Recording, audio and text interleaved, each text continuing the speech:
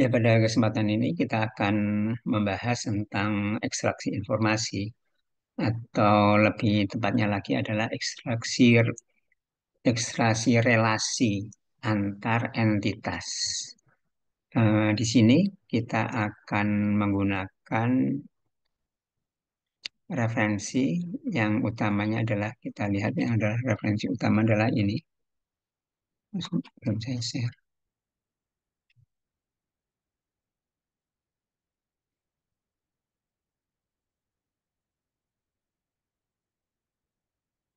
Ya, ini adalah referensi kita.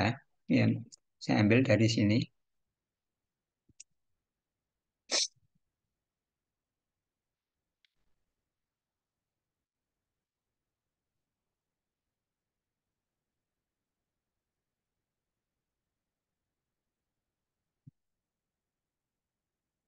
Ya, dari sini kita lihat ini adalah slide yang lama kalau untuk berkaitan dengan penambangan teks, berkaitan dengan pembelajaran mesin. Ya, ini penambangan teks itu salah satunya nanti ya. Approach-nya adalah penambangan pembelajaran mesin meskipun tidak semuanya ya. Berkaitan dengan text mining, berkaitan dengan NLP, ini sesuatu yang sebenarnya udah lama. Tapi kita lihat ini satu tim atau orang yang sama ya. Ini yaitu speech and language processing yang sampai tahun 2025. Ya, ini adalah Dan Jurafsky dan James Martin.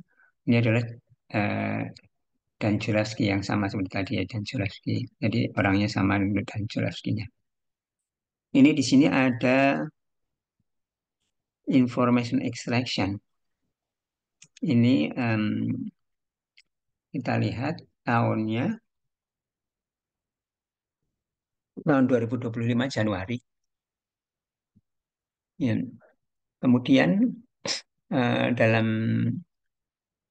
mata kuliah ini kita hanya mengambil adalah yang pertama yaitu information extraction yang berkaitan dengan relation. Sebenarnya kemudian berkembang dan yang juga sesuatu yang urgent dan lebih kompleks adalah berkaitan dengan events dan time. Tapi kita tidak akan membahas itu. Kita membahas hanya relation. Ya, di sini tahun 2025 ya. Dan di sini tadi adalah tahun 2012.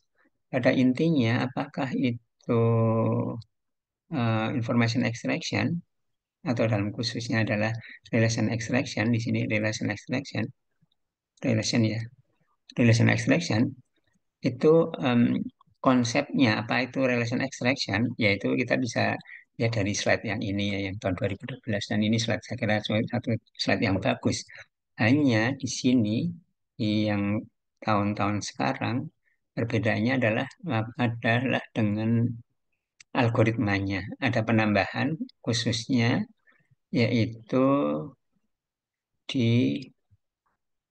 untuk penambahan yang neural atau deep learning ya.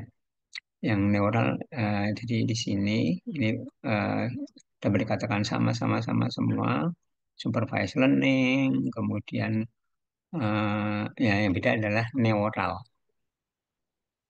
supervised relation classifiers ya di sini. Jadi di neural ini jadi sedikit di sini ya. Meskipun di banyak permasalahan dengan adanya deep learning itu kemudian improvementnya itu yang cukup signifikan ya. Hmm, tapi pada prinsipnya apakah itu relation extraction ya kita bisa bahas menggunakan yang ada di tahun 2012 tadi ya. Oke, oleh karena itu kita mulai dari sini. Iya, saya tinggal hanya mengambil dari sini ya. Oke, kita mulai. Jadi di sini yang akan kita bahas adalah apa itu relation extraction yang pertama kali ya. Kemudian nanti berikutnya adalah eh, algoritmanya atau pendekatan-pendekatannya, kemudian yang lain-lain. Emang. Ya, kita mulai. Kita judulnya adalah Information Extraction. Tapi di sini adalah Relation Extraction. Sebagaimana di sini di website ya.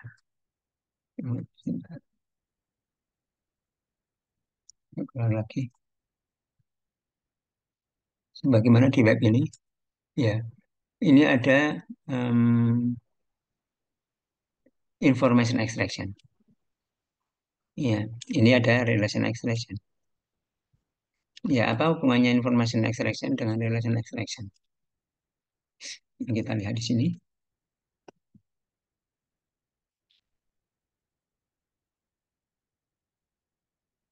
Apa itu relation extraction?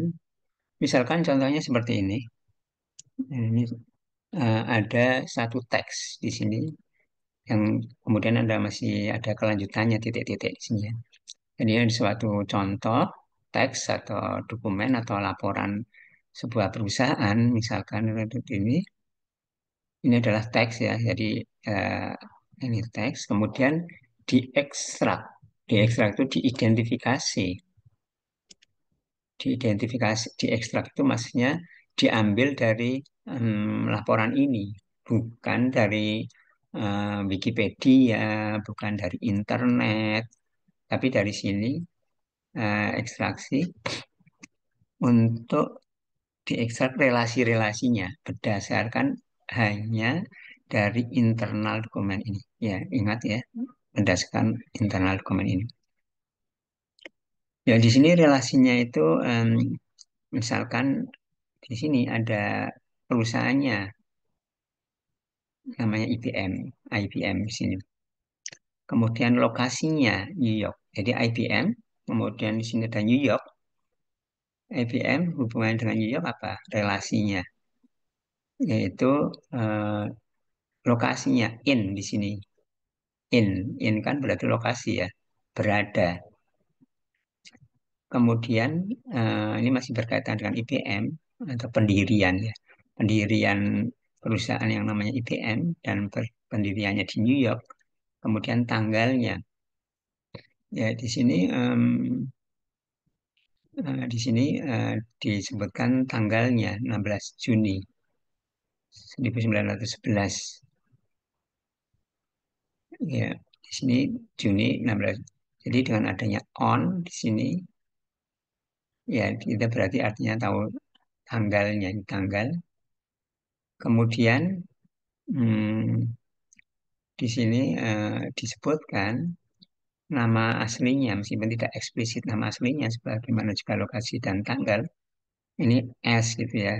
Ya berarti artinya dia em, nama aslinya adalah seperti ini.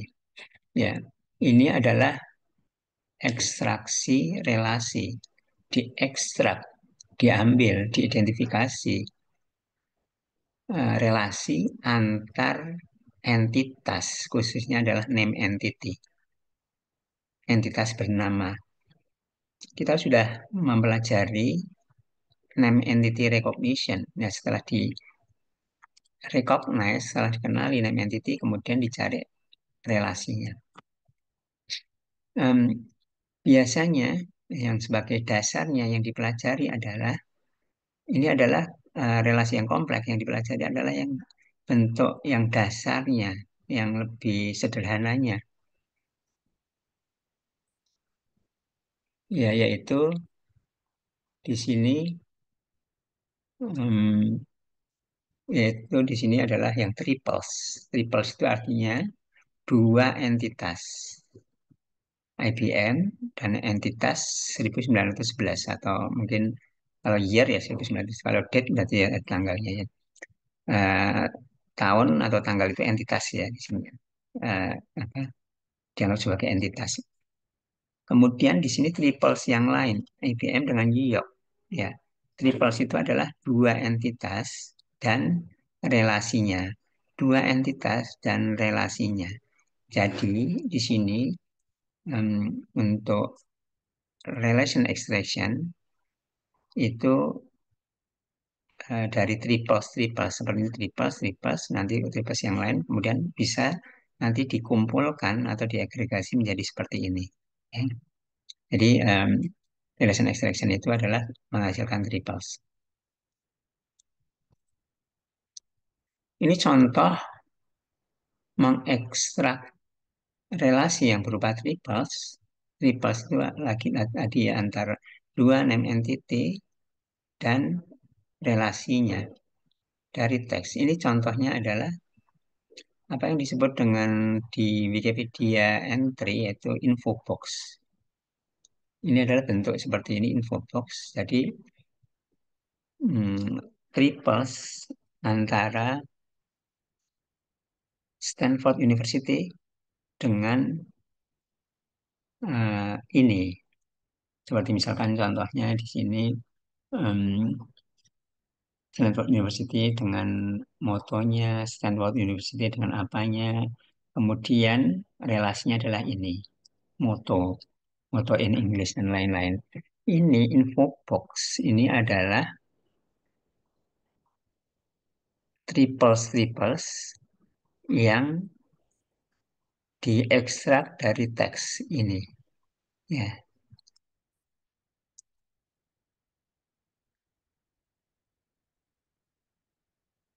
ya misalkan di sini ini ada teksnya. Ini ini adalah teksnya. The Leland Stanford Junior University, commonly referred to as Stanford University or Stanford, dan seterusnya. Yang dari sini, ya kita lihat em, contohnya di sini adalah misalnya mm, nama lainnya. Universitas Stanford itu nama lainnya adalah atau mungkin nama lainnya adalah Leland Stanford Union University atau Stanford itu aja. Seperti kalau misalkan kalau Telkom ya Telu ya. Telkom University commonly referred as to as Telu ya berarti nama lainnya. Kemudian juga ini ada seperti misalkan lokasinya, jadi antara Stanford University dengan lokasinya dan pendiriannya, tahun pendiriannya dan seterusnya. Sehingga dari sini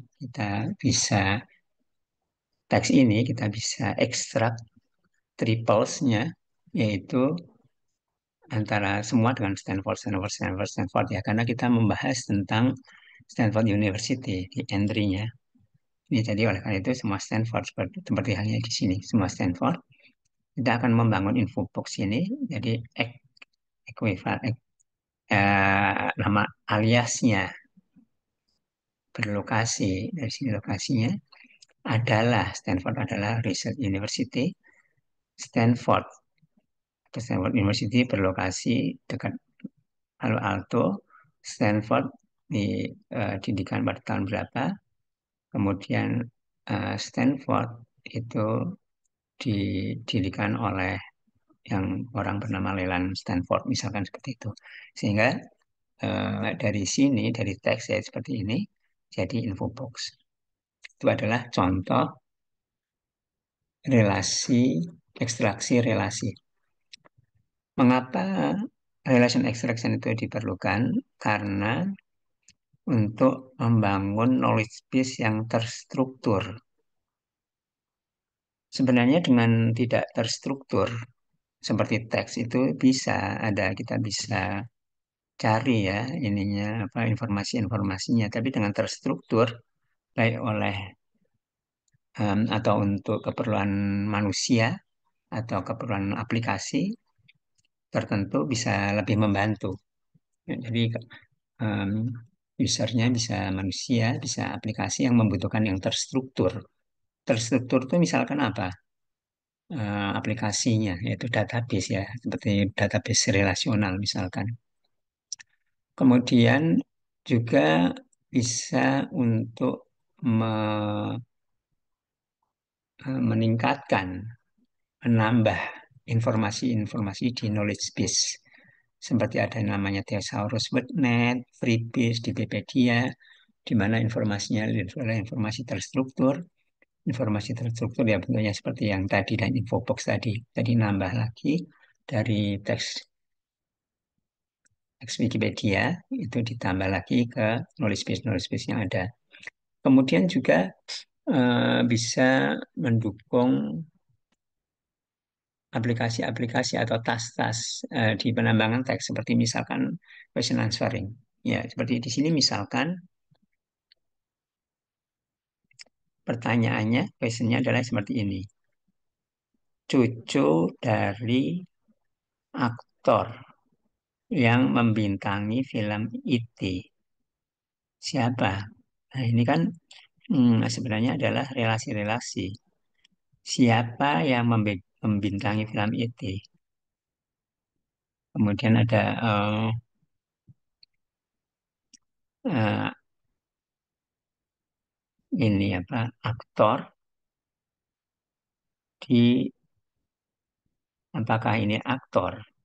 Kemudian cucu dari Y, ya, seperti itu ya. Jadi bisa diterjemahkan question answer ini diterjemahkan menjadi relasi-relasi.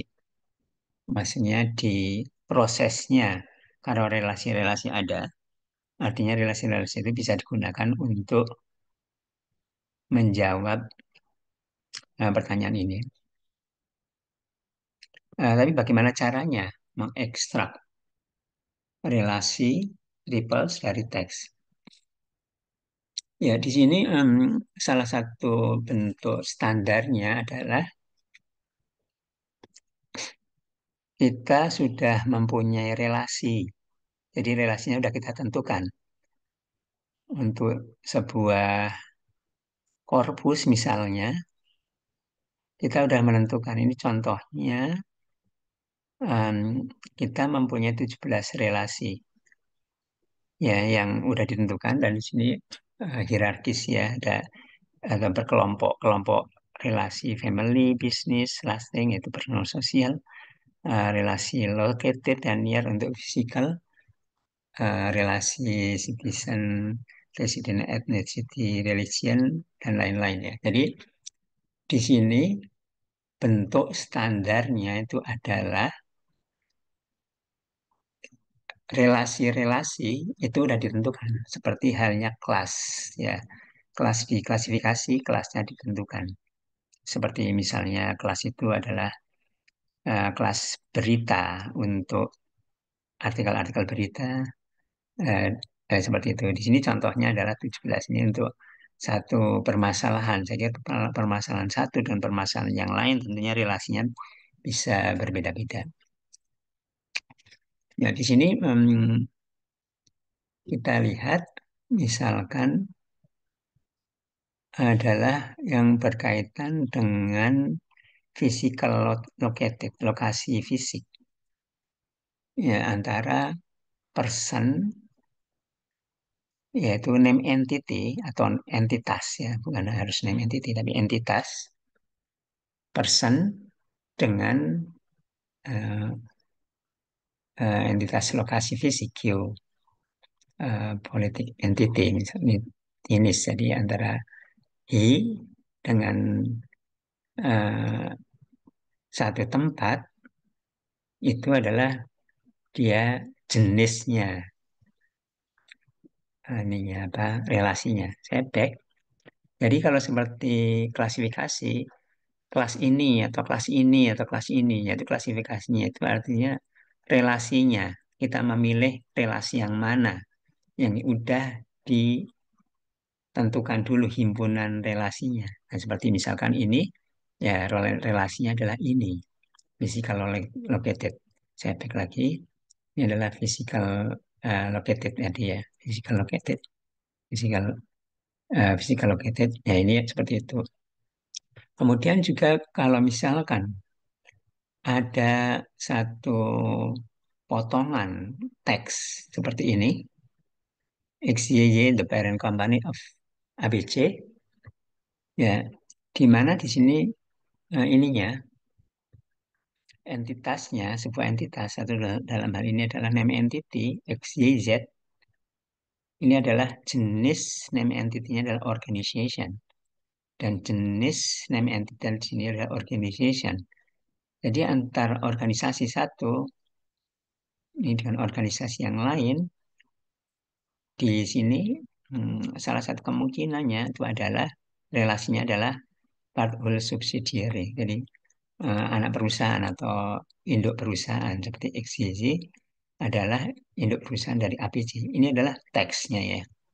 Ini adalah teksnya dan kemudian diekstrak atau diidentifikasi bahwa triplesnya itu terdiri dari entitas XYZ, entitas ABC, dan relasinya adalah the parent company of ini. Atau maksud saya relasinya dinamakan ini, part whole subsidiary. Ininya apa? Relasinya namanya adalah kelompok. Relasinya adalah ini. Kelompok atau kelas relasinya ini. Kemudian bisa juga kalau antara person dengan person, itu di sini wife. Ini wife itu termasuk dalam kelas person social family. Kemudian juga kalau person dengan organization, dan di sini tulisannya atau di teksnya co-founder of, berarti ini bisa organization, affiliation, kalau founder ya, jadi organisasi, dan founder ini affiliation. Ya, seperti itu ya. Kemudian juga ada namanya UMLS, Unified Medical Language System. Di sini domainnya adalah medical. Dan tentunya di sini artikel-artikel tentang medical ya yang disorot. Dan di UMLS ini sudah ditentukan adanya 134 jenis entitas. Ya. Jenis entitas itu kalau tadi yang slide sebelumnya seperti misalkan person, organization, lalu di sini medical itu ada macam-macam lagi yang ini seperti ini. Nah, kemudian relasinya 54. Ini adalah relasi-relasi. Sekali lagi kita ingat ada triples tadi ya. Triples itu adalah tiga komponen, duanya adalah entitas, entitas dengan entitas, kemudian ada relasinya.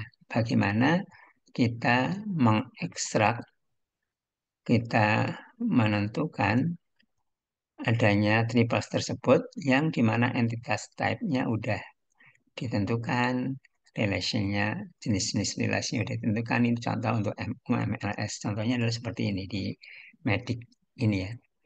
Jadi misalkan injury disrupt physiological function. Ya, entitas ini adalah ininya. Dan seterusnya, ini adalah berkaitan dengan medical. Kemudian berikutnya, ini adalah contohnya. Ini adalah teksnya untuk yang medis tadi. Iya, untuk medis yang tadi ini adalah contoh teksnya, kemudian diekstrak menjadi triples yang seperti ini.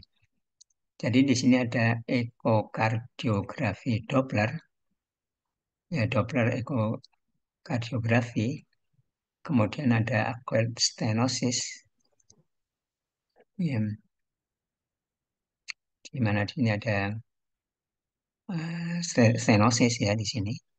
Ya kemudian di sini ada antara name entity di sini atau entitas di sini dengan entitas di sini.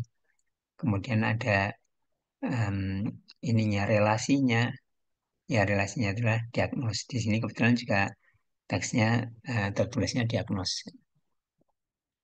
Ini adalah yang tadi database Wikipedia Relation yang disebut dengan Infobox.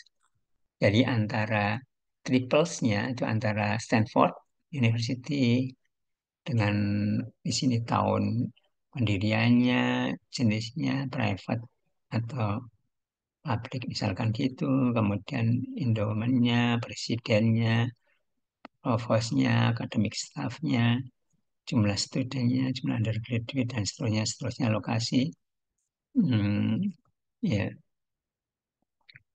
ya di sini adalah seperti itu ya. Jadi di sini di infobox tadi dari triplesnya.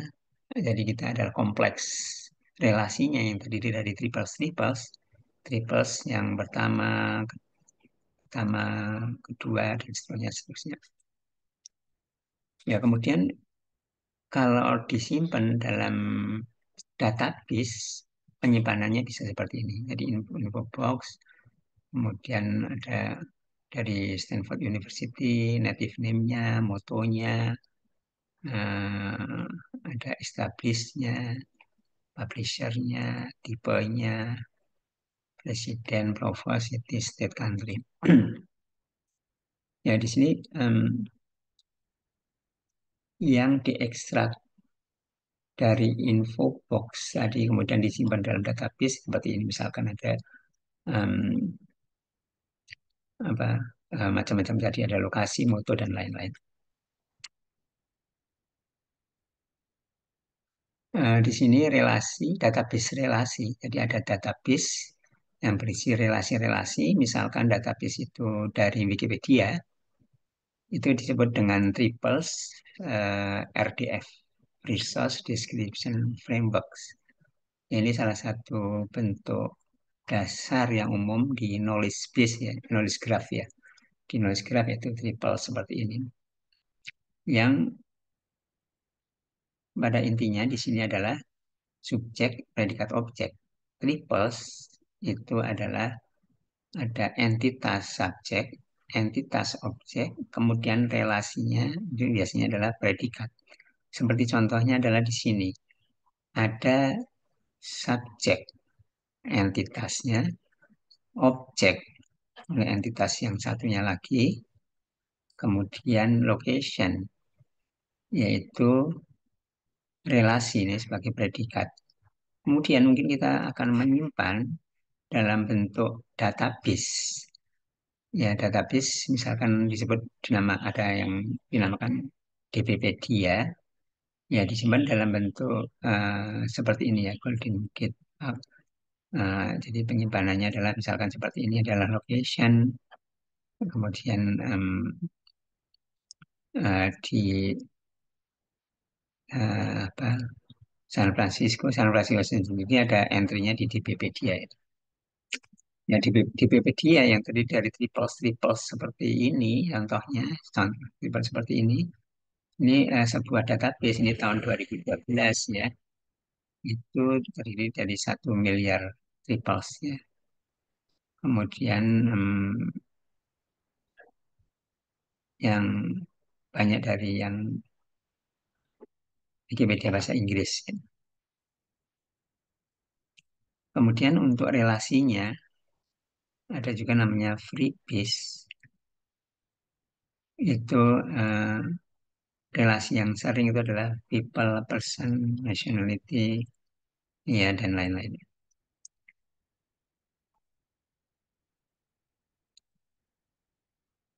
Kemudian kita akan berbicara tentang relasi ya. Relasi itu misalkan contohnya dari thesaurus, yaitu thesaurus itu di sini thesaurus sederhana yaitu satu taksonomi. Taksonomi itu pohon seperti misalkan kita udah belajar di sekolah dulu, di mungkin SMA ya, ada taksonomi binatang, mamalia, misalkan kuda adalah mamalia, mamalia itu adalah apa, dia adalah gitu ya. Ya, salah satu relasi untuk antar entitas yang disebut dengan di sini adalah ontological, itu adalah hypernym, eh, induknya atau adalah. Ya, jadi di sini adalah antar kelasnya. Jadi contohnya seperti ini. Nah, ini adalah taksonomi dari binatang ya. Dan ada jerapah adalah termasuk ruminan. Ruminan adalah eh, ungulate. Ungulate adalah mamalia. Mamalia vertebrata. Vertebrata ini apa? Binatang. Ya, jadi ini adalah pohon taksonomi binatang yang di sini adalah is a, gitu. atau juga instance of. Iya, jadi instance of kalau di sini adalah seperti misalkan jiraf adalah apa-apa. Kalau di sini instance of itu seperti halnya kalau kita mempelajari, saya kira di bahasa pemrograman. Karena ada instance of ya, atau contoh atau apa istilahnya ya, misalkan di bahasa pemrograman object oriented ya, di object oriented programming itu kan ada jadi relasi antara individual dan kelasnya. Individual itu adalah name entity. Seperti San Francisco ini adalah name entity. San Francisco instance of city. Jadi sini entitasnya yang kelasnya. Ini adalah instance-nya atau individualnya atau instance-nya. Jadi knowledge relation atau relation extraction salah satunya juga bisa saja instance of. Jadi di sini tidak terbatas hanya antar name entity, bisa juga antara name entity dengan di sini entity secara umum. Nah, bagaimana kita membangun relation extraction? Bagaimana kita mendapatkan yang seperti itu? Ini ada paling tidak di sini disebutkan ada yang kita membuat pola secara manual. Ya, ini kan kita zaman sebelum machine learning ya tentunya belum ada pilihan learning, tapi bisa juga dilakukan sampai sekarang. Kemudian dengan learning, machine learning yang supervised. Yang supervised sendiri secara garis besar bisa dibagi menjadi dua, yaitu yang tradisional, yaitu non-deep learning, dengan yang deep learning. Nanti yang non-deep learning itu butuh fitur-fitur, fitur setnya, fitur apa himpunan fiturnya, himpunan ciri. Ya kalau yang di deep learning atau neural itu umumnya adalah end to end, meskipun kalau mau ditambah dengan fitur-fitur yang eh, apa itu ya bisa juga ya. Kemudian semi supervised dan unsupervised. Semi supervised itu adalah em, ada labelnya supervised tapi semi. Semi itu maksudnya digunakan juga yang tidak berlabel. Ada yang berlabel, mungkin karena dianggap kurang atau kita tersedia juga banyak yang tidak berlabel sehingga dimanfaatkan juga yang tidak berlabel. Ini adalah semi supervised. Kemudian unsupervised adalah yang tidak berlabel. Ya, di sini ada paling tidak ada tiga, yaitu bootstrapping, yaitu menggunakan seeds. Seeds itu adalah bibit ya. Jadi ada contoh, bibit itu adalah contoh. Contoh-contoh pola, nanti akan kita lihat. Contoh-contoh pola untuk relasi. Kemudian ada distance supervision, ya ini antara menggunakan mirip seperti ini. Mirip seperti yang bootstrapping, tapi dikembangkan lagi dengan seeds yang lebih banyak. Contoh-contohnya dikembangkan lagi secara otomatis. Atau juga menggunakan unsupervised. Jadi di sini ada labelnya, ada contohnya. Yang terutama adalah apa yang disebut dengan open relation extraction. Di mana kalau sebelumnya relasinya udah ditentukan, di sini mungkin relasinya itu bebas mau apapun, nambah lagi tidak ditentukan himpunannya, himpunan relasi. Kalau tadi kan ditentukan himpunan relasinya ya. Oke, itu adalah penjelasan tentang apa itu relation extraction. Sampai di sini mungkin ada pertanyaan, apa itu relation extraction?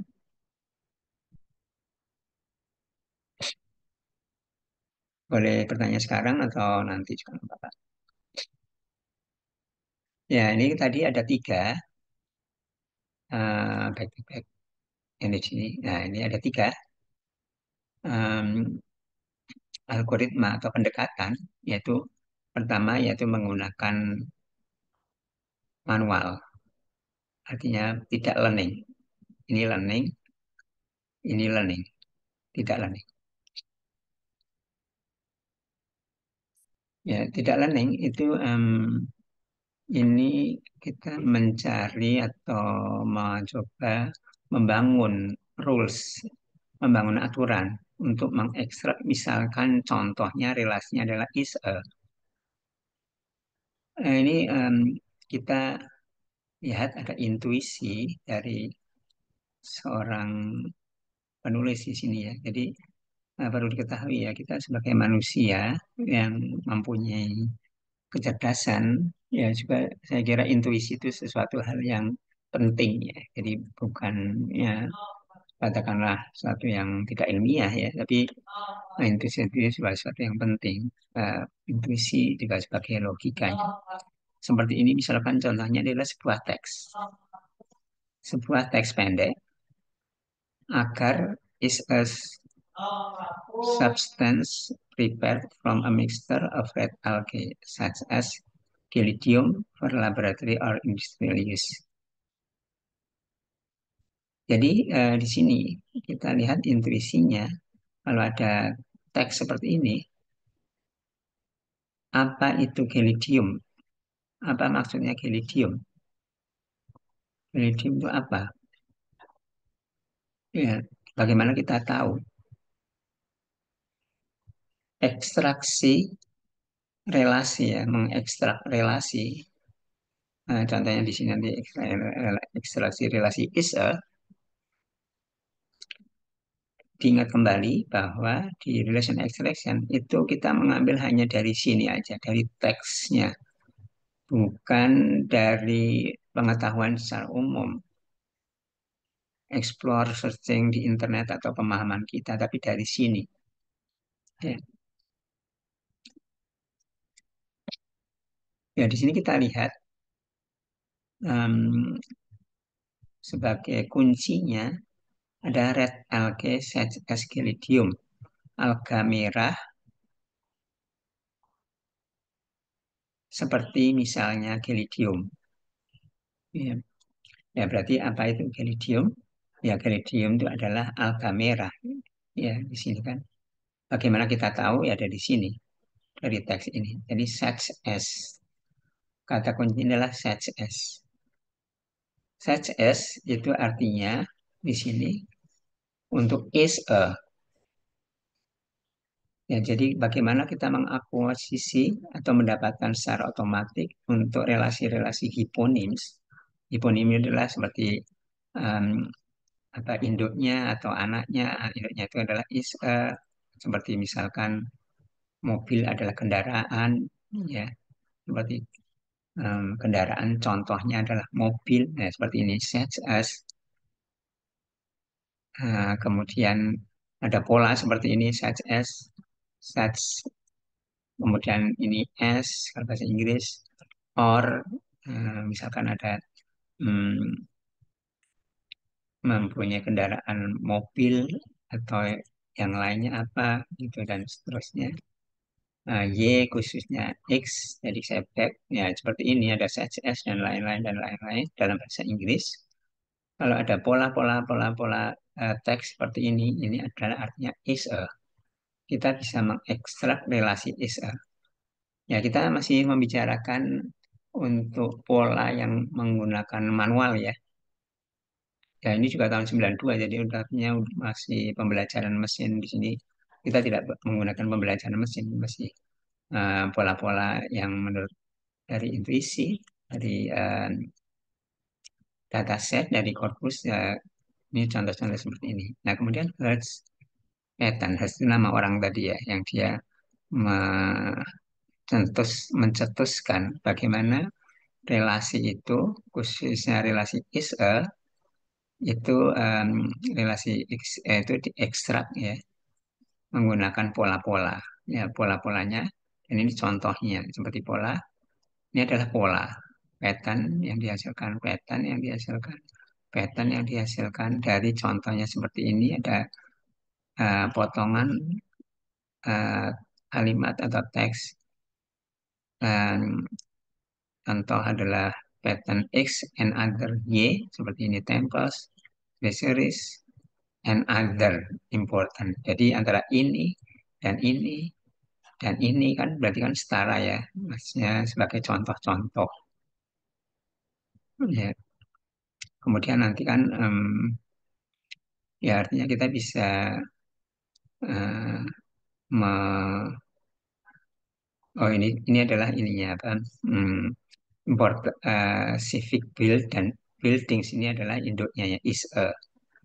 Ya, jadi temples, treasuries itu termasuk is a important civic buildings. Ya, ini adalah is a. Jadi ini adalah X, ini Y. X-nya itu adalah temples, X-nya juga treasuries, kemudian Y-nya itu adalah ini, artinya ini adalah induknya. Temples is a important civic buildings. Treasuries is an important civic building juga. Kemudian contoh yang lain masih yang pattern X or other Y. Ya, ini contohnya Brisis, ini apa, lembam gitu ya. One luka, broken home, broken bones ya. Broken bones ya, tulang, patah tulang, dan apa, em, cedera-cedera yang lain. Berarti ini adalah termasuk is a cedera. One is an injury. Broken bones termasuk injury gitu. Dan juga contohnya YSHS. Ini SHS. Nah, ini the bulut seperti seperti gambar rendang misalkan gitu. Nah, ini adalah artinya ini adalah hmm, induknya ini adalah ininya anaknya. Ya dan seterusnya seterusnya. Jadi ada pola-pola yang diambil dari sini, dari teks. Ya kemudian juga menggunakan rule relasi-relasi yang lain. Ya, contohnya antara organisasi dan lokasi. Ya, ini kita balik lagi triples. Ini adalah entitas, entitas, antar entitas. Kemudian ininya, relasinya yang bisa diambil dari rules seperti tadi. Ini juga adalah triples yang lain, jenis triples yang lain, jenis triples yang lain. Ya, oleh karena itu, karena triples antara entitas dengan entitas, kemudian relasinya, dan entitas itu banyak diantaranya adalah name entity. Oleh karena itu, dimulai dari name entity recognition atau name entity text itu merupakan relation extraction yang membantu. Jadi mengekstrak relasi itu bisa dimulai dari name entity yang mudah diidentifikasikan dalam saat proses name entity recognition yang kita sudah pelajari juga. Ya, jadi name entity atau juga entitas secara umum, misalkan contohnya, ini entitasnya itu bisa lebih dari satu. Jadi misalkan antara drug, obat, dengan disease, penyakit, itu relasinya bisa lebih dari satu. Misalkan contohnya di sini ada dua jenis relasi, drug itu untuk penyembuhan, drug untuk pencegahan. Ya, jadi um, relasinya bisa lebih dari satu untuk dua entitas, pasangan entitas yang sama. Dan bahkan di sini ada tiga kaos menyebabkan. Contohnya lagi untuk person dan organization, bisa foundernya, bisa investornya, bisa membernya, bisa pegawai, presiden. Nah, ini contohnya misalkan seperti ini. Ini adalah person,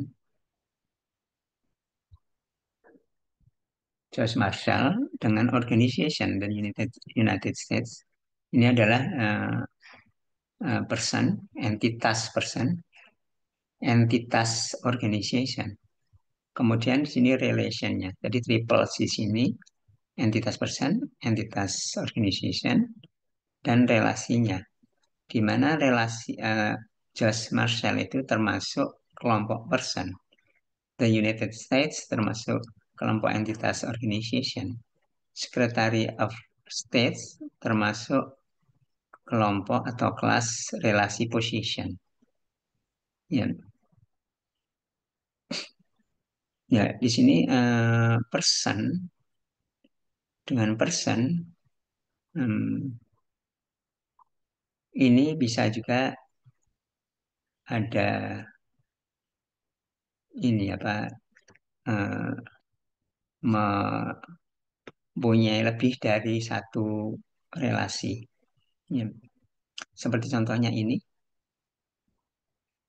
dengan ini eh, atau ininya ya apa teksnya ya bisa masuk ke dalam ini apa relasi position.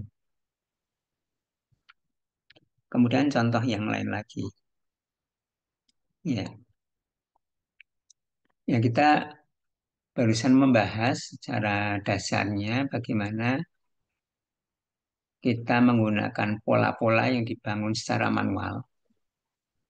Dari teks-teks tersebut kita bangun secara manual. Kemudian kita gunakan eh, pola-pola tersebut untuk mengekstrak relasi. Kelebihannya, kalau kita menggunakan pola-pola yang dibuat secara manual oleh orang, oleh yang ahli gitu, itu bisa high precision. High precision itu maksudnya yang dibuat itu benar. Ya, semua yang dibuat itu benar. Jadi kita sudah mempelajari ada precision, ada recall ya. Ya, ya. Jadi di sini high precision kita udah pelajari precision dan recall ya. High precision itu maksudnya saya ulangi lagi, yang dibuat, ya, triples yang dibuat itu banyak benarnya, ya high precision. Tapi tidak menyebutkan recall di sini ya. Nanti kan kita lihat. Hmm, Kemudian bisa diotak-atik, disesuaikan untuk eh, permasalahan-permasalahan spesifik seperti misalkan tadi contohnya di medis dan di binatang dan lain-lain atau makhluk hidup. Kemudian minusnya ini tadi plusnya presisinya tinggi. Triples yang dibuat itu benar, banyak benarnya. Tapi cenderung di sini low recall. Ya biasanya kan gitu ya. Kalau presisinya tinggi, eh, kemungkinan call-nya low, kemungkinan ini apa diharapkan ya semua tinggi ya. Low recall itu artinya adalah banyak banyak relasi yang tidak terekstrak. Ya, jadi sebenarnya relasinya ada 100 misalkan yang terekstrak itu misalkan hanya 60, jadi 60% recall-nya kan. Tapi dari 60 yang diekstrak itu misalkan dari 60 itu mungkin 90% atau 95% itu benar, jadi presisinya tinggi.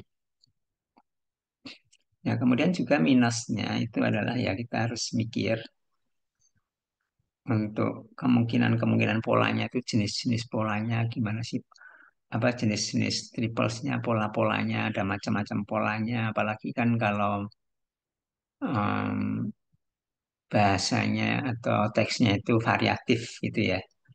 Tadi kan ada macam-macam size S dan lain-lain yang variatif yang ya tidak hanya ini apa hanya menggunakan kata-kata tertentu tapi relasinya itu macam-macam.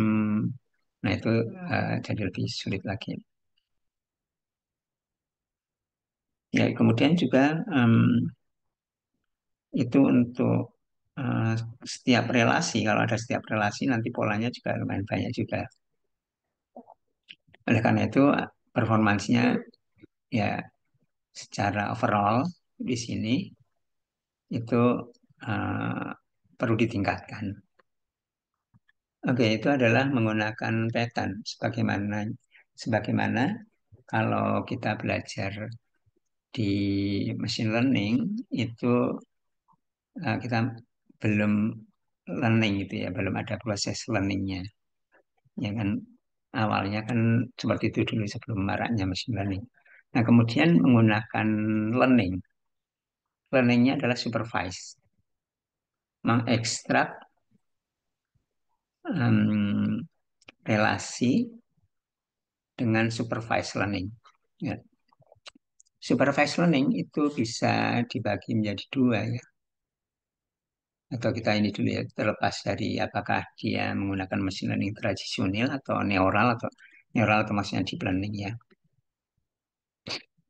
Di sini menggunakan supervised learning artinya kita mempunyai data training. Data training itu artinya contoh. Contoh yang udah dilabelin triples triples. Artinya triples triples kita udah punya triples triples sebagai data training. Jadi ada teksnya dan ada triplesnya. Nah, di sini kita memilih misalkan sehimpunan relasi. Jadi ini seperti klasifikasi ya, supervised machine learning untuk relation extraction ini seperti halnya atau sebenarnya termasuk dalam kelompok klasifikasi ya, klasifikasi teks. Sehingga yang pertama adalah ditentukan relasinya, himpunan relasi atau kalau kita secara umum adalah himpunan kelasnya. Ya, ditentukan relasinya seperti tadi di slide sebelumnya itu ada relasi-relasi apa saja kita udah tentukan dulu apa yang akan kita ekstrak dari teks itu. Jadi kalau misalkan ada relasi yang lain yang tidak termasuk dalam kelas atau himpunan relasi ini ya kita tidak bisa ekstrak. Seperti halnya contohnya misalnya untuk klasifikasi artikel berita menjadi berapa kelas, misalkan katakanlah ekstrimnya hanya dua kelas, misalkan pendidikan atau tiga kelas, atau dua kelas saja, pendidikan dan olahraga. Nah, kalau misalkan ada artikel berita yang lain, artinya kita tidak masukkan, kita tidak proses, atau kita anggap itu bukan di antara dua kelas tadi. Demikian juga seperti ini. Kemudian kita juga tentukan himpunan dari entitas atau khususnya adalah entitas yang khususnya adalah entitas bernama yang relevan. Ya, jadi kita yang akan kita hasilkan itu kan adalah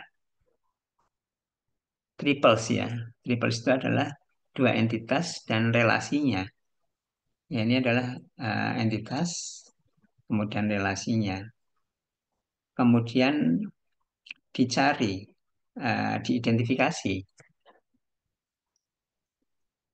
triples tersebut. Nah, kita kan membangun dataset training ya. Kemudian kita labelin. Labelin itu maksudnya relasinya. Kita cari korpusnya, kita labelin nama entitasnya dulu, kita labelin relasinya. Artinya ini membangun triples secara manual untuk training, data training. Jadi kita artinya membangun atau mengidentifikasi triples dari korpus yang ada, dari kalimat-kalimat yang ada. Ya, kemudian ya kita udah hasilkan triples tersebut, kemudian kita bagi menjadi data untuk training, dataset untuk development, dataset untuk testing. Ini pembagian tiga ini satu yang standar ya, mungkin kita udah sering pelajari, di mana training itu maksudnya adalah untuk latihan atau untuk pembangunan, membangun model. Development itu untuk menguji model selama proses training. Jadi seperti misalnya ini belajar, ini adalah um, tryout, ya belajar, membangun, ini membangun model, kemudian ini tryout, dilihat seberapa bagus model yang kita lihat, kita bangun, tapi ternyata masih kurang, ada cycle lagi, di training lagi, modelnya diperbaiki dengan data training, kemudian gunakan lagi, eh, tryout lagi. Masih belum memuaskan, cycle lagi, training lagi, tryout, latihan. Eh, Artinya di sini semuanya baik training maupun development atau juga nanti tes itu adalah data berlabel semuanya. Kemudian setelah selesai dibangun dan juga di uji cobakan, kemudian ini seperti halnya analoginya adalah ujian akhir, ya, yang kita belum pernah melihat dalam proses di sini. Ya, ini kemudian persentase akurasi atau recall atau precision di sini menggunakan data ini. Ya, kemudian kita lanjutkan, masih berkaitan dengan supervise. Kita tentukan tadi udah sampai memecah menjadi training development test. Kemudian di training classifiernya menggunakan data training.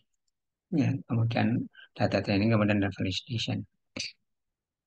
Ya, kemudian di sini kita akan lihat, di sini supervised learning-nya untuk relation extraction ini pada prinsipnya adalah klasifikasi. Ya. Em, ini kita bisa pecah atau kita bisa buat menjadi dua tahap ya, seperti halnya waktu name entity recognition, ditentukan apakah ini name entity atau bukan, kemudian jenis entitasnya ini demikian juga seperti itu. Em, kita tentukan hubungannya antara dua entitas. Jika dua entitas itu berkaitan atau tidak, ada relasinya atau tidak. Jadi kalau secara dasarnya, sederhananya bisa saja sebenarnya ada relasi atau tidak berdasarkan korpus ya.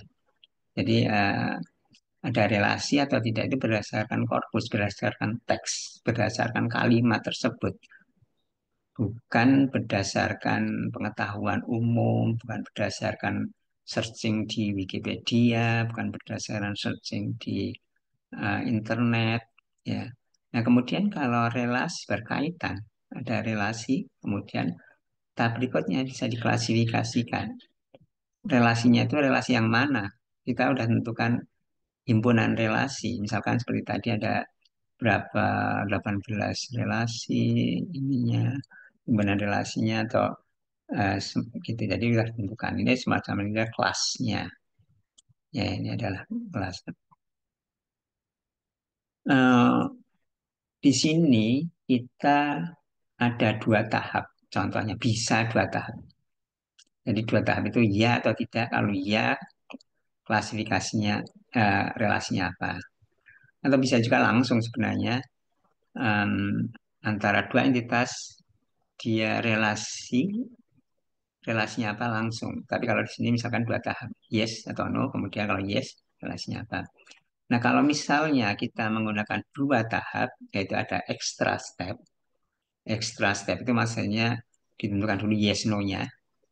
Yes no ada relasi atau tidak. Ya, hmm, ini keuntungannya kalau kita menggunakan extra step adalah kita waktu menentukan dari dua entitas ada relasi atau tidak, kan kebanyakan sebenarnya tidak ada. Sebenarnya kebanyakan no, kalau pasangan dua entitas di dalam sebuah kalimat itu kan kebanyakan no ya, sehingga nanti akan memudahkan atau mempercepat yang kalau karena ini kebanyakan no, kemudian yang yes-nya tinggal sedikit. Yang mau dicari klasifikasinya relasinya apa itu sedikit, ya. Yang yes-nya sedikit. Kemudian kita bisa menggunakan untuk setiap tas itu eh, himpunan ciri yang sesuai. Ya, jadi kalau misalkan untuk relasi ini, relasi itu, atau juga bahkan permasalahan domain yang lain, itu fitur setnya bisa disesuaikan. Di sini kita terutama ya membahas adalah supervised learning yang tradisional, yang machine learning tradisional, belum deep learning. Ya, di mana bedanya adalah salah satu beda pentingnya adalah untuk yang tradisional yang belum deep learning itu kita perlu me- membuat atau membangun atau kita ya perlu mengekstrak fitur-fitur. Ini kita balik lagi yang tadi. Jadi pertama kita tentukan misalkan ada relasi-relasi ini. Relasinya bisa relasi family, bisnis, lasting ataupun yang induknya di sini. Ya, di sini misalkan contohnya em, untuk mengklasifikasikan dua entitas dalam sebuah kalimat. Ya, saya ulang-ulangi, kita bekerjanya atas base-nya itu adalah kalimat ya. Pengetahuannya ada di sini, di kalimat ini. Jadi kita hanya di sini saja. Jadi seperti misalkan ini ada entitas yang biru ini American Airlines dan entitas Tim Wagner. Misalkan kita menyorotin dua entitas ini. Ya, ini dua entitas.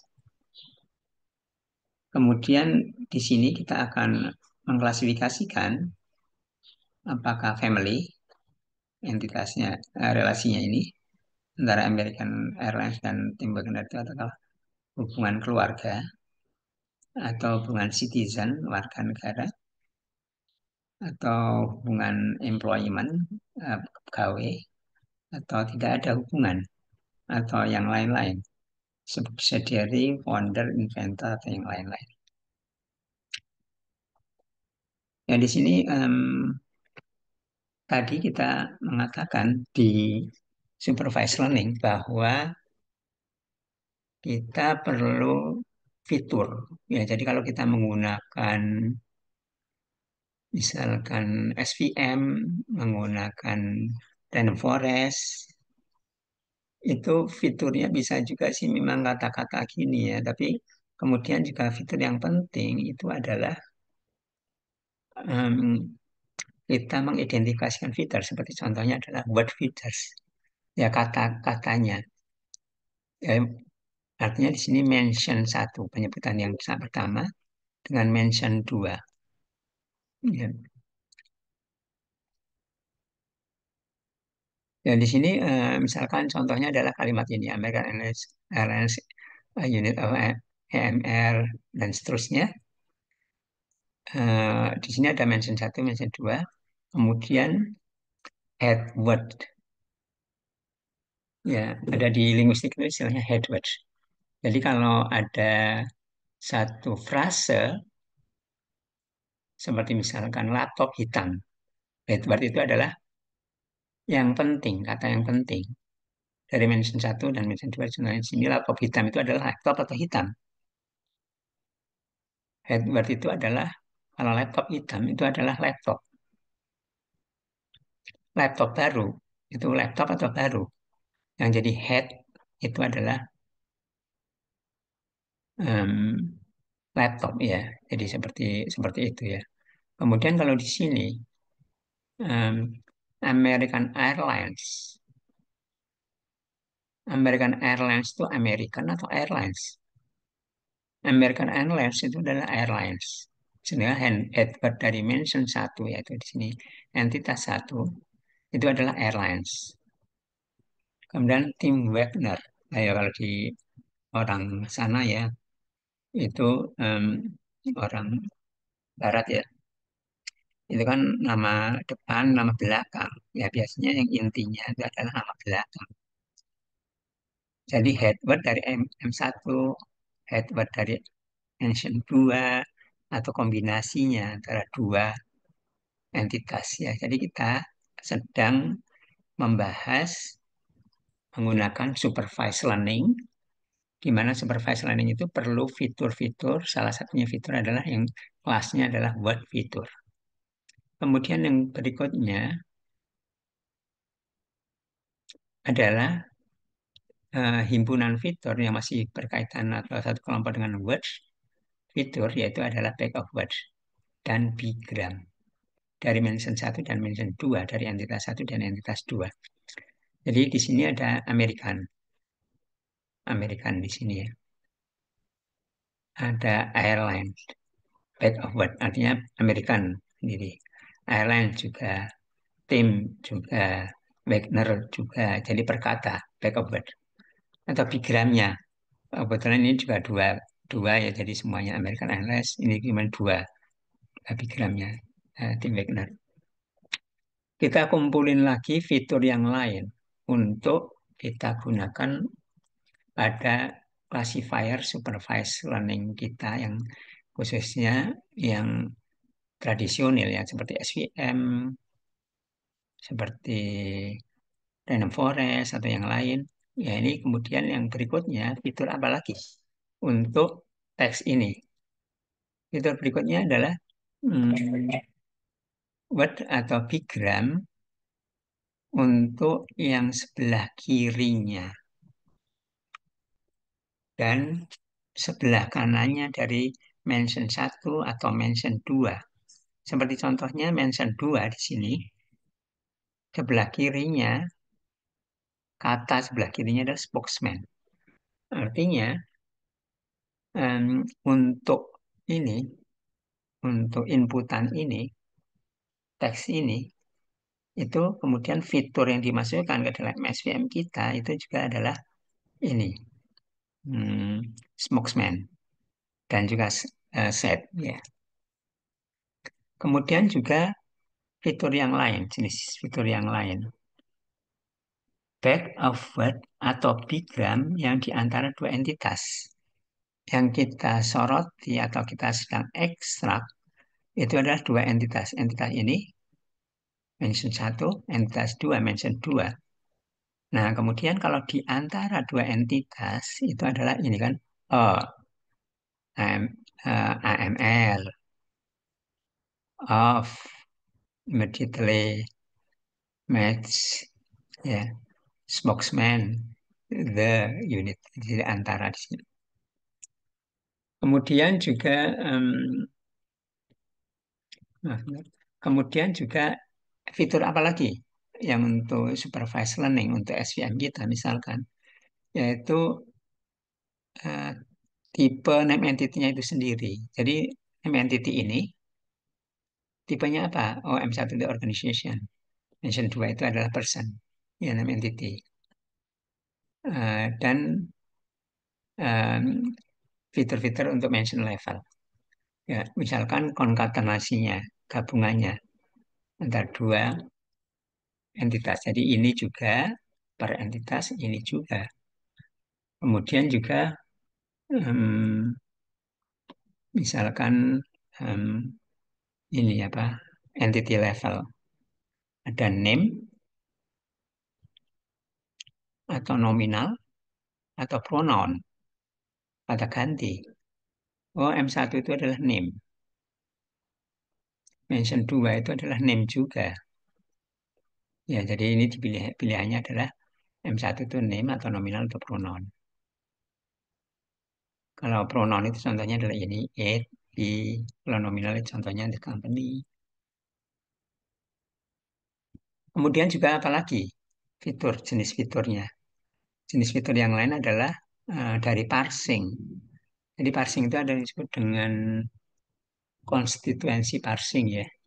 Konstituensi parsing itu adalah pada prinsipnya adalah mengidentifikasikan frase-frase ya dari konstituensi parsing. Jadi ada aplikasi untuk konstituensi parsing ya udah stabil, udah advance karena konstituensi parsing itu relatif udah stabil, akurasinya tinggi. Jadi di sini misalkan kita antara satu dengan yang lainnya, antara mention satu dengan yang lainnya. Kan dari pohon ya, pohonnya itu adalah name, ini ada eh, ini apa, non phrase, non phrase, prepositional phrase, verb phrase gitu. Nanti ini adalah pohon yang bawah, paling bawahnya adalah seperti ini.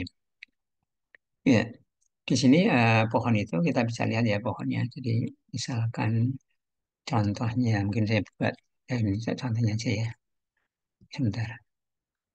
Ya contohnya ya. Misalkan coba saya pakai ini aja yang gampang aja, menggunakan ChatGPT aja. Coba.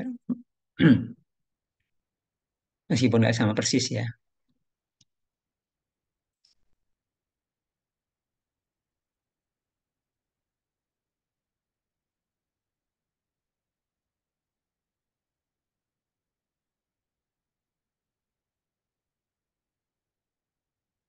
Mungkin nggak 100% tepat, tapi bisa menggambarkan.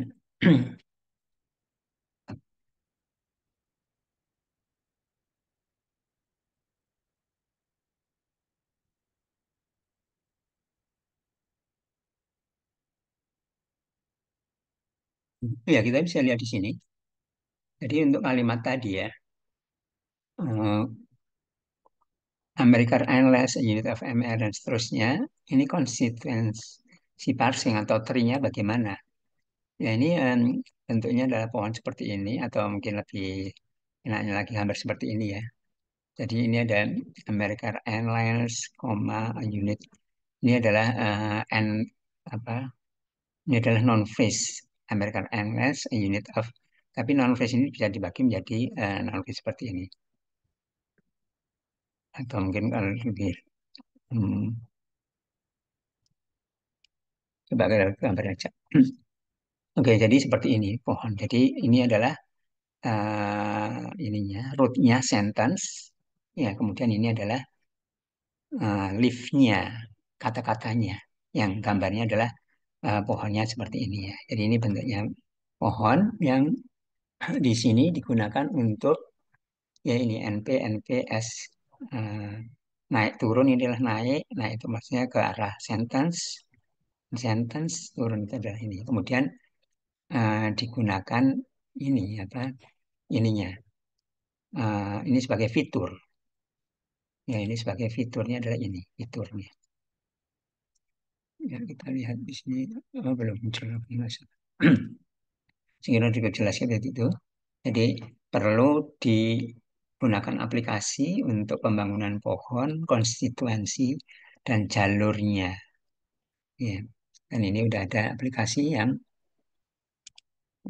udah akurasinya biasanya tinggi. Kemudian path. Dependency path itu hampir sama seperti tadi, hanya dependensi.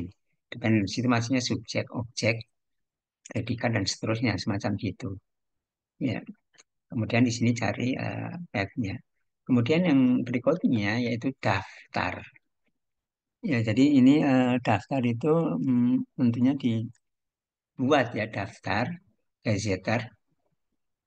Seperti misalkan untuk daftar hubungan family, kekeluargaan. Cari dari satu database taksonomi atau thesaurus namanya WordNet. Ada parent, wife, husband, dan lain-lain. Hmm, ini adalah gazetteer atau daftar. Ya, atau ini trigger atau gazetteer di sini. Oh, ini maaf ini trigger ya, bukan ini apa? Trigger hubungan seperti ini. Kemudian ini gazetteer. Gazetteer itu daftar, benar-benar daftar. Daftar negara 1, 2, 3, 4, 5, daftar yang lain-lain. Gitu. Nah, kemudian ini singkatnya adalah Contohnya, kita akan melihat ini adalah kalimat yang tadi. Ada mention satu dan mention dua, artinya dua entitas. Kemudian kita akan ekstrak relasinya apa?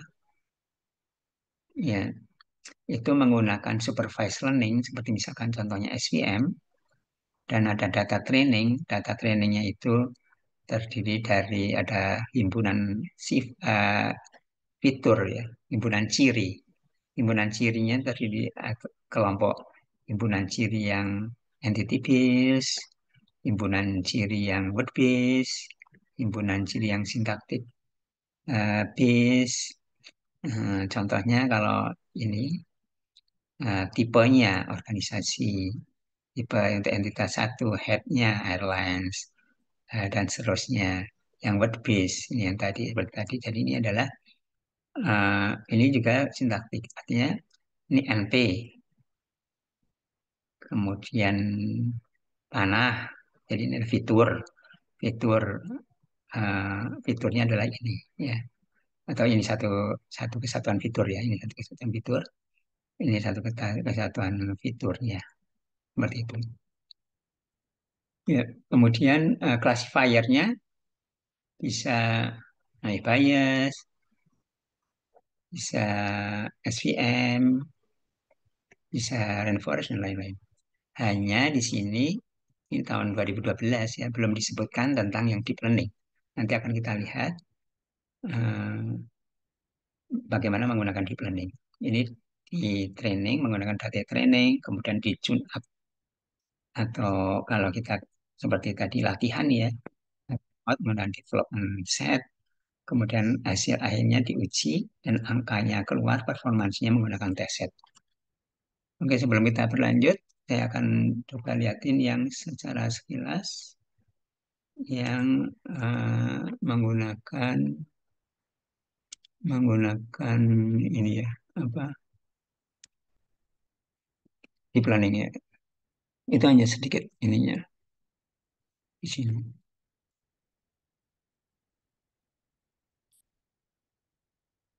Ya, di sini kalau kita lihat ya menggunakan deep learning atau neural, yaitu ini adalah menggunakan yang feature based ya, istilahnya ada feature based yang tadi SVM dan lain-lain yang baru kita bahas. Kemudian yang berikutnya adalah neural based, neural supervised relation classifier atau deep learning ya, intinya adalah deep learning. Di mana kita ketahui bahwa deep learning itu biasanya fiturnya tidak harus ada diekstrak seperti ini kan, yang ini kan istilahnya fitur base ya, yang ini fitur base, kalau ini neural base. Fitur base neural base itu biasanya adalah end to end, dan ini contohnya menggunakan datasetnya TAC, suatu nama asosiasi atau suatu event, kemudian RED relation extraction dataset. Nah ini contohnya kita lihat menggunakan ini, menggunakan um, classifiernya. Ya, classifiernya itu pada intinya adalah di sini sequence model seperti misalkan RNN, di mana kita lihat kita ingat kita adalah relation extraction. Relation extraction itu artinya kita um, mencari relasi antara dua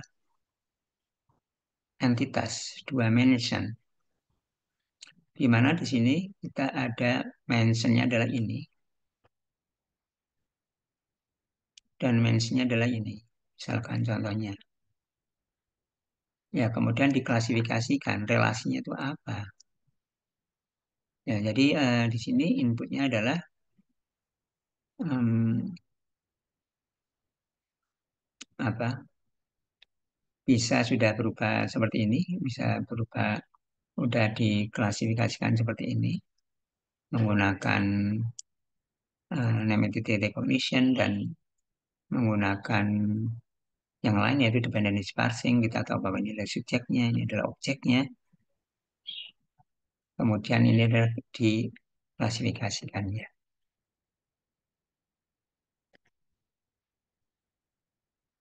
Ya mungkin seperti itu ya secara sederhananya. Ini adalah em, yang tahun 2017 ya, tahun 2020 saya kira apa mirip-mirip seperti ini namanya Spanbird. Jadi bisa menggunakan seperti bird gitu ya. Ini kan encoder ya, jadi menggunakan seperti bird, bird dan semacamnya yang pre-training. Kita lanjutkan. Jadi itu adalah yang supervised learning. Kemudian kita masuk ke sini dulu, mengevaluasinya. Mengevaluasinya menggunakan precision, recall, dan F1. Precision itu adalah dari eh, yang diekstrak, triple yang diekstrak dan benar. Triple yang diekstrak dan benar ada berapa? Adalah precision, recall juga, relasi triples yang diekstrak atau dalam hal ini khususnya misalkan relasi, karena kita sudah menentukan antara entitas dan entitas, sehingga relasinya yang diekstrak itu klasifikasi relasi dan benar itu berapa? Kalau precision itu dibagi dengan jumlah yang diekstrak. Jumlah yang diekstrak ada berapa? Kalau recall itu adalah dibagi dengan good. Good itu artinya relasi yang sebenarnya ada berapa berhasil di recall. Kalau F1 itu adalah rata-rata harmonis yang seperti ini kita sudah pelajari. Ya, sebagai summary-nya ada kalau supervised relation extraction itu bisa mendapatkan akurasi yang lebih tinggi dibandingkan dengan kalau kita mempunyai training yang cukup ya, secara kuantitas dan tentunya kualitas juga harus. Kemudian kita lakukan proses learning, proses training itu bisa akurasinya tinggi. Tetapi eh, namanya juga membangun data training itu perlu data berlabel yang itu data berlabel ya kita buat dengan utamanya dengan keterlibatan manusia ya manual ya. Ya, kemudian supervised model itu bisa ini apa em, antara satu dengan yang lain permasalahannya bisa berbeda-beda akurasinya. Itu adalah supervised relation extraction. Kemudian berikutnya adalah semi supervised dan unsupervised. Yang em, ini adalah yang seed based atau berdasarkan bibit ya. Jadi ada contoh bibit-bibitnya atau contoh-contohnya atau istilahnya bootstrapping, pendekatan bootstrapping atau seed based untuk relation extraction. Nah, di sini kita misalkan tidak mempunyai data training, belum punya data training, tapi kita mempunyai contoh-contoh seed bibit-bibit, atau kita mempunyai pola yang tadi, pola itu ada yang tadi eh, yang pertama tadi, yang presisinya tinggi. Ya, kita bisa menggunakan seed tersebut, bibit tersebut. Ya, kita bisa menggunakan untuk mempopulit ya, untuk menambah datanya. Kita kan mempunyai pola. Tadi ada such as atau apa yang tadi yang itu apa mempunyai presisi tinggi atau contohnya yang bagus, yang akurat. Kita bisa mempulit artinya contoh tersebut itu bisa digunakan untuk yang lain, untuk teks yang lain. Ya, seperti di sini misalkan ini di sini adalah yang tahun 92 ya dari Hertz tadi ya. Kalau kita misalkan em, udah mengumpulkan, membangun eh, pasangan bibit-bibit ya.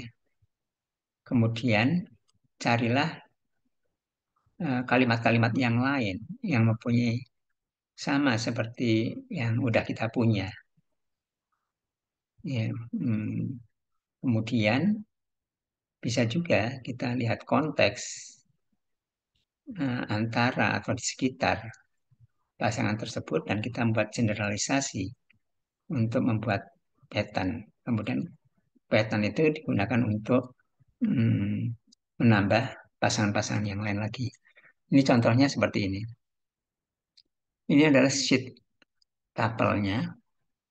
Ya, ini adalah yang kita udah punya.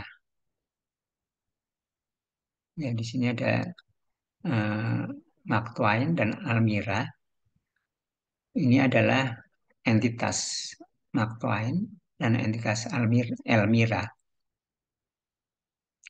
Kemudian kita searching, misalkan googling ya, untuk dua ini sheet tadi ini, yang sheet tuple ini, tuple itu pasangan ini ya, ya pasangan dua entitas ini kita cari di dalam sebuah kalimat menggunakan googling kalimat yang mengandung dua entitas ini.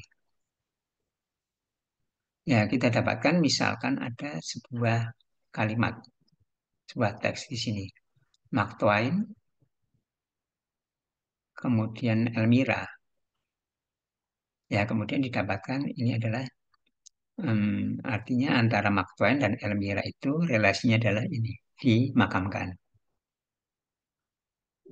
Kemudian juga di waktu googling tersebut, kita juga dapatkan kalimat ini.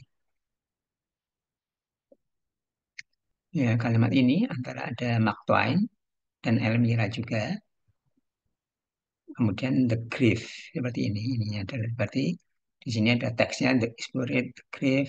Kemudian atau juga seperti ini Mark Twain dan Elmira final resting. Ya. Kemudian kita gunakan pola-pola ini untuk mencari tapels yang lain, hubungan antara entitas satu dan entitas yang lain, bukan Mark Twain dan Elmira, tapi mungkin siapa dengan Elmira atau sebaliknya Mark Twain dengan apa gitu. Seperti itu ya. Jadi uh, gunakan pola-pola yang buried, grief, final resting itu sebagai sama hanya entitasnya berbeda. Ini misalkan contohnya bagaimana kita mengekstrak dari pasangan author dan booknya. Misalkan kita mempunyai 5 sheets, 5 contoh bibitnya antara author dan booknya. Ya. Kemudian kita cari dengan googling, misalkan dicari di internet kalimat-kalimat yang mengandung pasangan author dan booknya. Kita ini sheetnya kita tahu bahwa ini dengan ini dengan penulis dan bukunya kita tahu bahwa ini datanya benar gini ya, 5 ini datanya benar. Kemudian ternyata penulisannya adalah dengan The Comedy by Error di sini. Ininya apa? Bukunya. Kemudian ini adalah authornya William Shakespeare di sini. Penulisannya dengan by, ini was by is one of earliest, ya gitu seperti itu. Jadi seperti itu ya. Jadi kemudian kalau kita tadinya mempunyai 5 ini, 5 pasang, 1, 2, 3, 4, 5 atau dengan book 5 pasang. Kemudian 5 pasang itu, kemudian ternyata penulisannya dengan seperti ini. Nah, sekarang ini adalah artinya pattern-patternnya ya, pola-polanya antara author dan book. Nah, pola-pola itu kita gunakan untuk mencari author, pasangan author dan book yang lain, diiterasi. Ya, kemudian dengan cara yang lain, ini kita mempunyai sheet seperti ini, ya, ya. Kemudian kita um, me- apa, mengelompokkan instansnya berdasarkan similar prefix, middle, suffix, kemudian juga extract pattern. Ya. Ini contoh yang semi supervised dengan bootstrapping. Kemudian yang berikutnya adalah yang disebut dengan distance supervision. Ya, distance supervision itu mengkombinasikan antara bootstrapping dengan supervised learning. Misalkan contohnya, um, kalau tadi kita mempunyai 5 sheet, saya bet 5 sheet itu ini, 1, 2, 3, 4, 5 sheet di sini dalam arti pasangan dua entitas, karena kita akan kemudian mencari relasinya. Eh, di distance supervision ini kita menggabungkan antara bootstrapping dan supervised learning. Kita tidak menggunakan 5 sheet, tapi kita menggunakan atau kita menggunakan dengan sebelumnya kita mencari ya database dengan kita sheet-nya yang banyak ya. Kemudian kita juga dari sheet yang banyak kita dapatkan fitur-fitur dari contoh-contoh tadi. Contoh itu contoh kalimat tadi.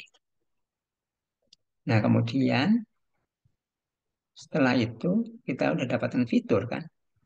Dapatkan fitur artinya bisa digunakan untuk supervised learning. Ya, supervised learning kan kita tahu tadi menggunakan fitur base ya. Fitur base itu yang SVM dan lain-lain. Ya, jadi seperti halnya supervised classification, kalau distance supervision itu paradigmanya menggunakan classifier dengan fitur-fitur. Kemudian ini knowledge-nya tadi hand created tadi ya dari seed kemudian dikembangkan. Ya.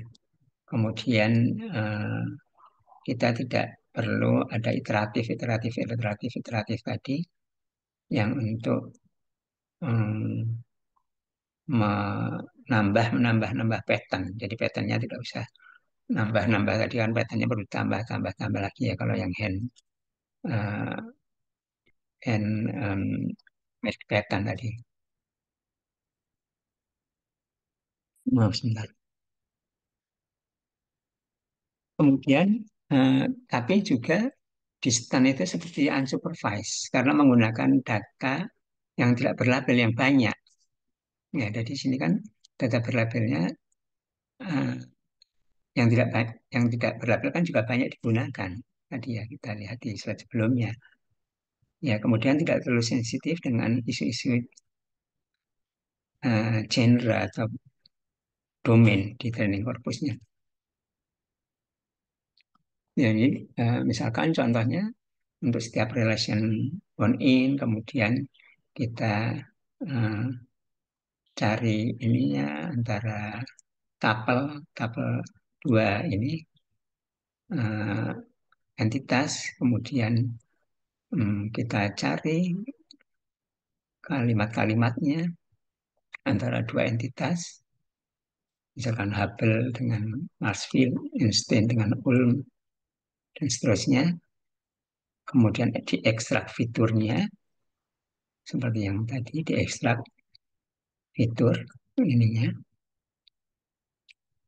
Ya, jenis-jenis fiturnya seperti ini, kemudian dilakukan proses training dengan supervised learning. Ya. Yang berikutnya, yang terakhir adalah unsupervised relation extraction. Kita tadi udah membahas tentang ekstraksi relasi, tapi kita tentukan dulu kan tadi himpunan relasinya, himpunan relasi 1, 2, 3 relasinya ada macam-macam, ada berapa belas atau berapa puluh. Tapi di sini bagaimana kalau relasinya tidak ditentukan, bebas. Pokoknya yang ada di teks. Kalau tadi information extraction yang standar, kalau ini open. Ya, open itu artinya hmm, relasinya itu ya diekstrak dari data. Kemudian tidak ada data training. Kemudian tidak ada relasi himpunan relasi yang sudah ditentukan terlebih dahulu.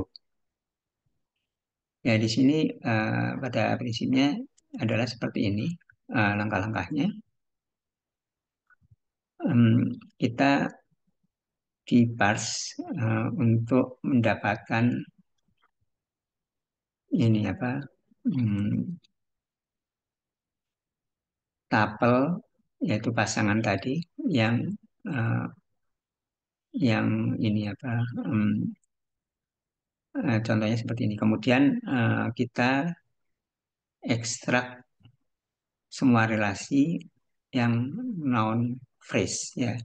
Jadi kalau kita kan udah tahu non phrase itu yang mana, menggunakan eh, parser, menggunakan konstituensi parser, aplikasi non konstituensi parser, contohnya tadi dicontohkan menggunakan ChatGPT, ya kita ekstrak. Ya. Kemudian dilakukan ranking. Kalau itu misalkan redundant ya. Redundant itu misalkan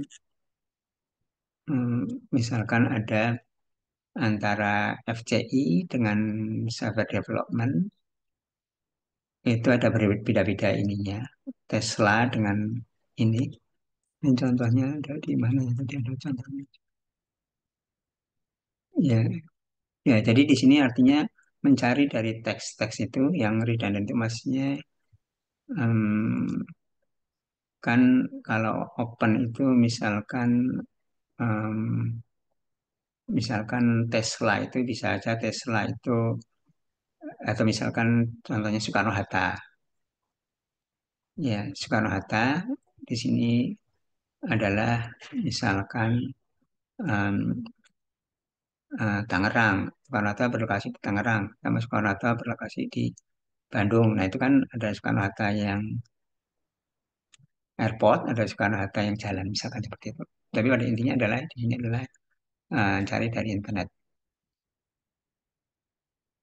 Nah, karena di sini mengekstrak relasi yang sama sekali memang baru, sehingga tidak ada goal setnya, tidak ada yang benar yang mana sih sebenarnya. Goal itu adalah yang benarnya, referensinya, ya. Sehingga kita tidak bisa secara persis menghitung presisinya, karena tidak tahu mana yang benar.